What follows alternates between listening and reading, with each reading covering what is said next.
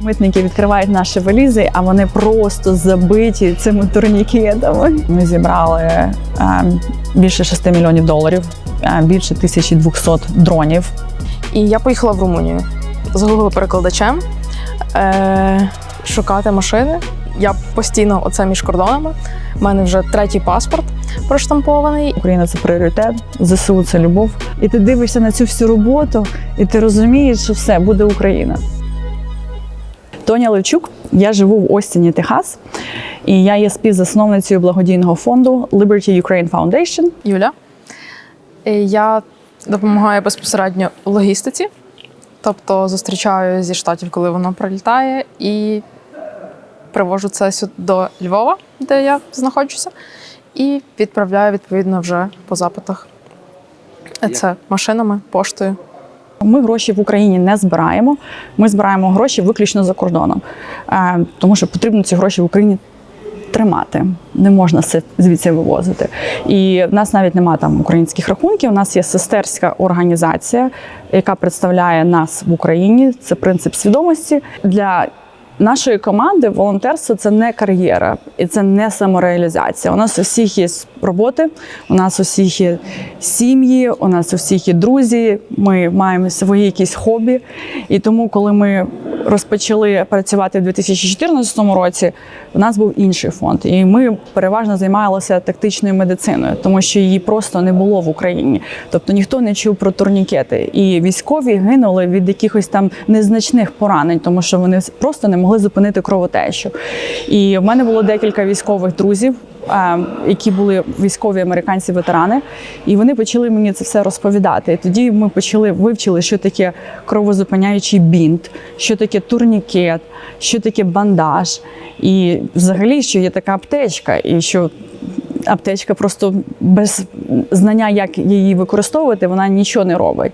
І ми почали збирати гроші, там я працюю в ІТ компанії, ми з друзями вирішили зробити маленький фандрейзер, закупити турнікети і кровозупиняючі і просто передати нашим друзям, які пішли воювати. Ну і з цього маленького фандрейзера зробився дуже великий фандрейзер. І ми закупили тактичну медицину, і моя мама з Х'юстона везла всі перші турнікети, перші целокси, перші виклоти в Україну, в Бориспіль. І це все звідти їхало зразу на Донбас. Як виглядав цей процес, вона везла? Це було як? Ну так, ми зараз возимо в валізах. Мама прилетіла з пустими валізами, ми їх затарили, докупили по максимуму валіз, і вона собі сіла через 2 дні і полетіла назад. Тобто буквально в ручній кладі в цьому? У всьому. Там відкриваєш валізи, і там через деякий час я так само летіла.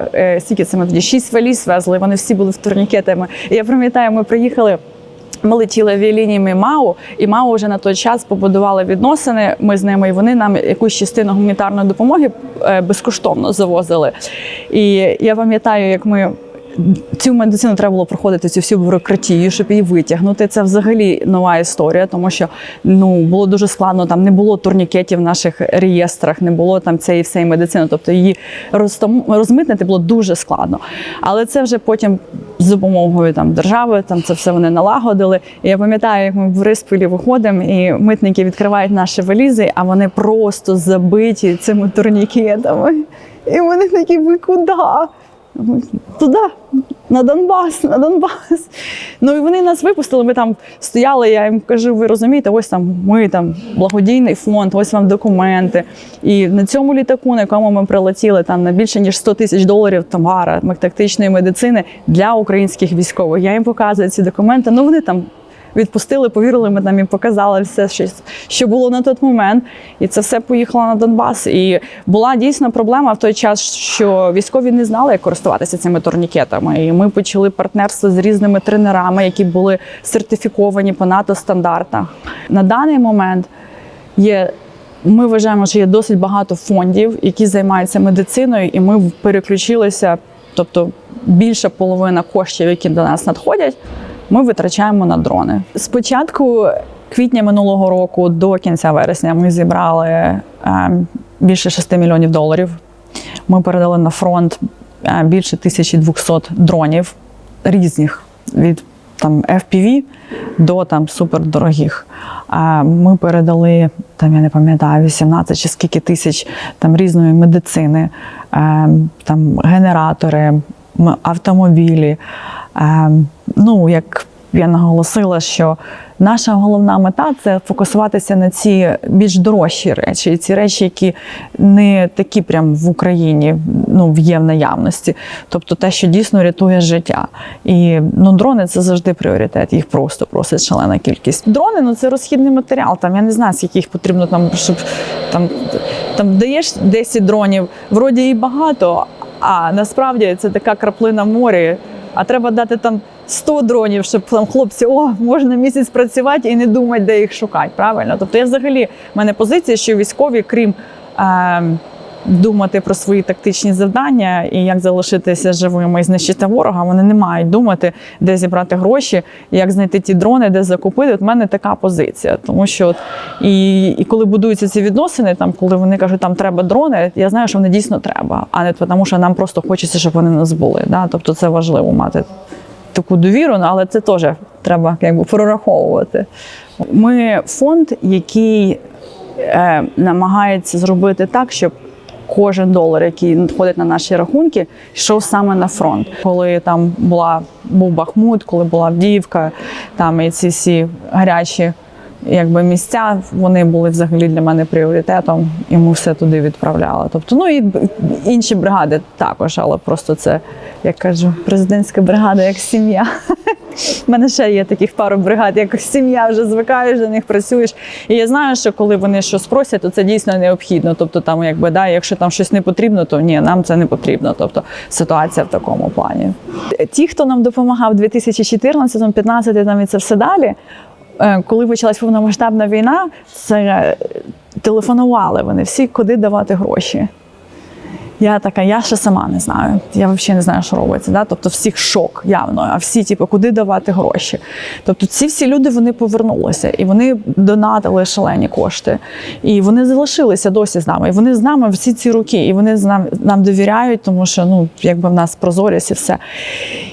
І шалена кількість почало донатити саме американців, молодь, яка навіть не розуміла, що таке там в 2014 році відбувалося. Тобто вони там вже намагалися, тому що я завжди кажу, війна не вчора почалася, вона почалася в 2014 році.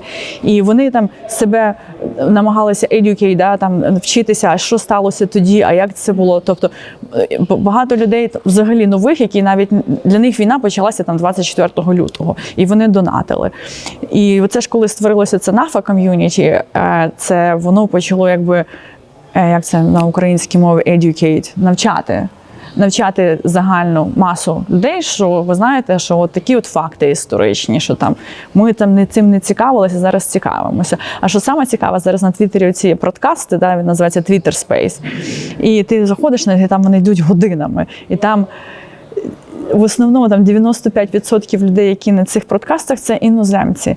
І ти так слухаєш і розумієш, боже, це іноземці, які знають кожне село на Донбасі. І вони тільки в мене перепитують, чи правильно вони його називають. І це так карта України, там фронтові ці зони, там до села, скільки кілометрів від одного до другого, там, знаєте, там.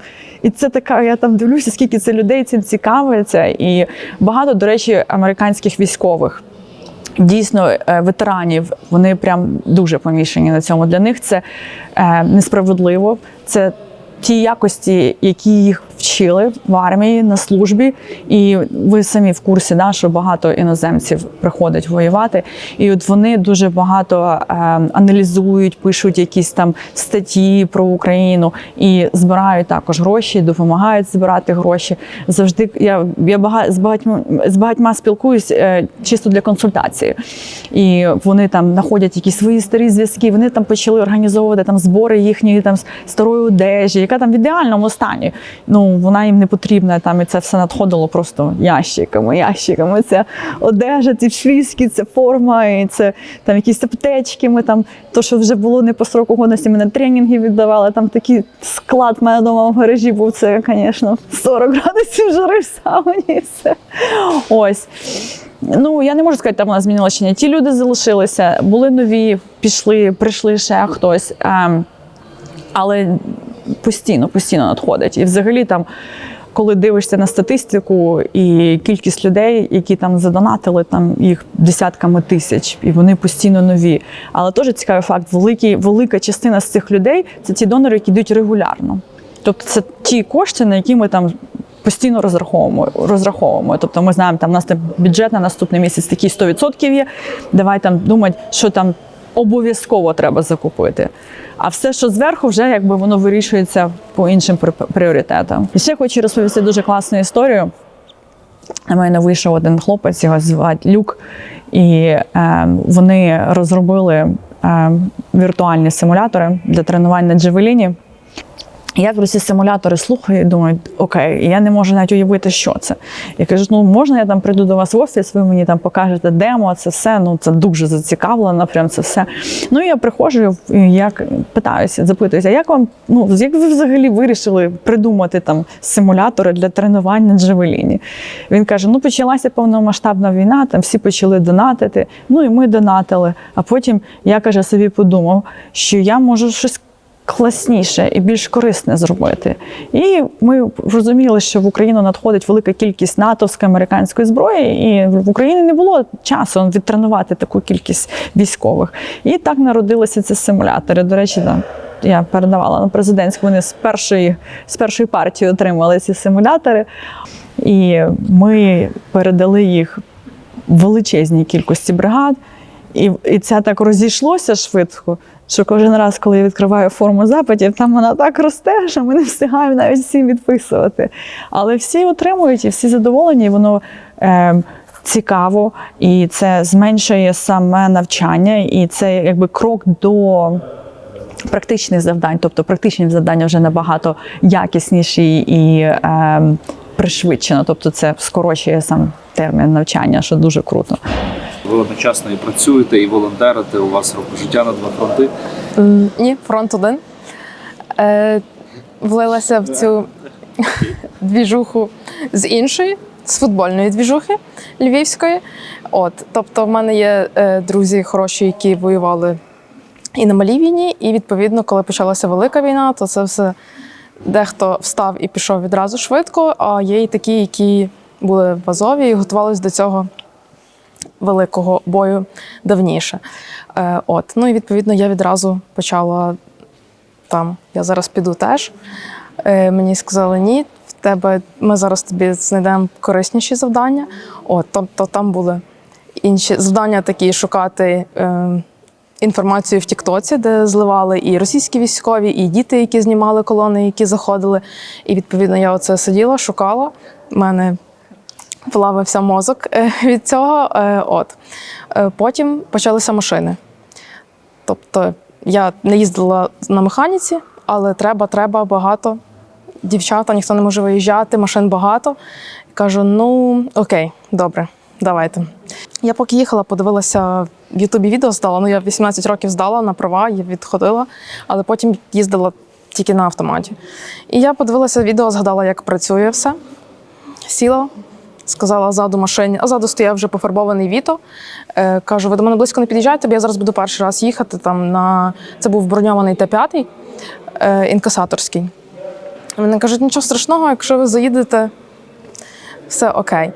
І я поки оце рушала, там пару метрів до кордону були черги трохи машин, бо це ще був початок, не було цього всього. Ніхто туди не дуже їхав.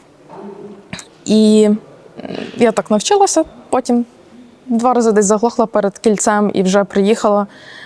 І вже я казала спочатку хлопцям, забирати в мене машину при в'їзді до Львова, а потім вже їхала, казала, все окей. У нас ще є зустріч у Львові, я сама поїду. Потім ми зрозуміли, що є багато машин в Румунії, набагато дешевші, ніж в Польщі.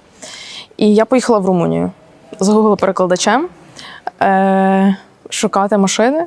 там купувати, перегнала через кордон, перейшла пішки, знов купила, перегнала, і ми так там 2-3 машини і їдемо до Львова. Ремонтуємо, і вони їдуть далі. На жаль, я постійно оце між кордонами. У мене вже 3-й паспорт проштампований, і в більшості це були машини. Тобто я намагалася недавно порахувати, я не все фотографую, але по фотографіях, які є, це десь 60 машин. Далі почалося, в мене сестра їздила нашим бусом по 2-3 дні. Перетнула кордон, загрузилася, вигрузилася і поїхала. В неї закінчилось 60 днів по Шенгену. І я така кажу, окей, тоді я сідаю за бус. І я почала їздити. Тобто це включно, і звісно, що ми там старалися, це тільки військова допомога. Мало що там, якщо є місце, окей, догрузимо ще гуманітарну таку. А так, то пріоритет військова допомога, військові машини, відповідно. І зараз в більшій мірі воно все так стягнулося, тобто немає такої аж великого потоку, тому це зараз більше Америка, і там по необхідності, коли з Європи воно приїжджає, і машини, звісно. Не уявляю собі, що я зараз піду працювати, там буду донатити, просто сидіти. Мені важко, я розумію, що я можу зробити трошки більше, тому я поки тут, на цьому місці. Бо все-таки має робити кожен те, що в нього виходить найкраще. Україна болить не тільки українцям. Хоча цього разу, коли там почалася перша війна, 2014 рік, війна не до кожного в хату прийшла. А коли почалась повномасштабна війна, вона дійсно зачепила кожного українця за кордоном. Я проживаю в Штатах більше 16 років, тобто вже досить великий час. І майже 10 з яких я повністю живу війною в Україні. І кількість людей, які підтримують Україну, це просто шалена. І я знаю, що ми часто це не можемо бачити по телебаченню, тому що це завжди перекручується в якісь там політичні ігри. Але насправді я живу в Техасі, це республіканський штат взагалі. Це ми теж говоримо. Але ми робимо місцеві якісь заходи, приходять завжди багато людей, і велика частина з них американці, яким дійсно болить Україна. І в нас є люди, які нам донатять постійно, кожен місяць там $5,000, там $100, $50, там не знаю, там $20. Тобто, немає. Люди дають те, що можуть. І ми там колись збирали іграшки нашим дітям українським, яких загинули батьки на війні. І там школи діти збирали, і ми це все відправляли сюди. Тобто величезна кількість людей підтримують. І хочу навіть сказати, що є таке ком'юніті, як НАФО. Вони взагалі, їхня мета була це боротися з пропагандою російською в інтернеті, так. І вони дуже активні на Твіттері, саме на Твіттері. І їхня ціль – це донатити те, що вони можуть Україні. І вони саме люблять донатити Збройним силам України, тому що вони розуміють, що військові не тільки захищають інтереси України, вони захищають досить велику кількість людей в світі. У 2014 році це така була хороша фільтрація мого округу по питанню, чи Крим. І що ви думаєте про війну в Україні? І коли там, це політичні ігри, це було дуже легко. Я собі вирішила все. І це такий був вичистка оцього всього, що не треба було мені в житті. Я ніколи не жалію. Всі люди, з якими я спілкуюся, всі мої однодумці, це всі люди, які допомагають Україні. Україна – це пріоритет, ЗСУ – це любов. І всі вони підтримують, і всі щось роблять. У нас взагалі шалена громада. Я свою громаду в Остіні, така потужна, я її обожнюю. У нас дівчата, там, Dream Bake Team, вони там печуть всю ніч, щось продають, всі гроші військовим. Там діти щось малюють, щось там продають, діти всім військовим. У нас був недавно захід, до мене підходять отакі хлопчики і каже, я зібрав $11, продавав сердечки, які ліпляться на холодильник, я хочу, щоб ти ці гроші передала нашим Збройним силам на зброю. Я кажу, буде зроблено. Я кажу, особисто приїду, привезу $11, вони в мене там є з собою. І Там, коли мені там треба була допомога там, сортувати це все там, на вулиці, жара 42 градуси, там, і толпа приїхала, там всі сортували, там, посміхалися. У нас оці заходи, там купа волонтерів, хтось там щось готує, хтось щось пише, все донатиться, все продається, там якийсь гараж сейлс. У нас з цих заходів, у нас є Катя, яка там займається цією організацією, там купа волонтерів. Цих заходів у нас там українські фестивалі. Українське кіно ми показуємо. Власне, кінотеатр Флікс нам дає безкоштовно зал, щоб ми показували всіх там кошти з квитків, вони донатять. Там просто шалена робота. І це все робиться на Liberty Ukraine, і всі виключно Збройним силам. І це настільки мотивує, що коли тобі кажеться, що світ зупинився і може щось піти не так, ти йдеш в цю громаду, і ти дивишся на цю всю роботу, і ти розумієш, що все, буде Україна.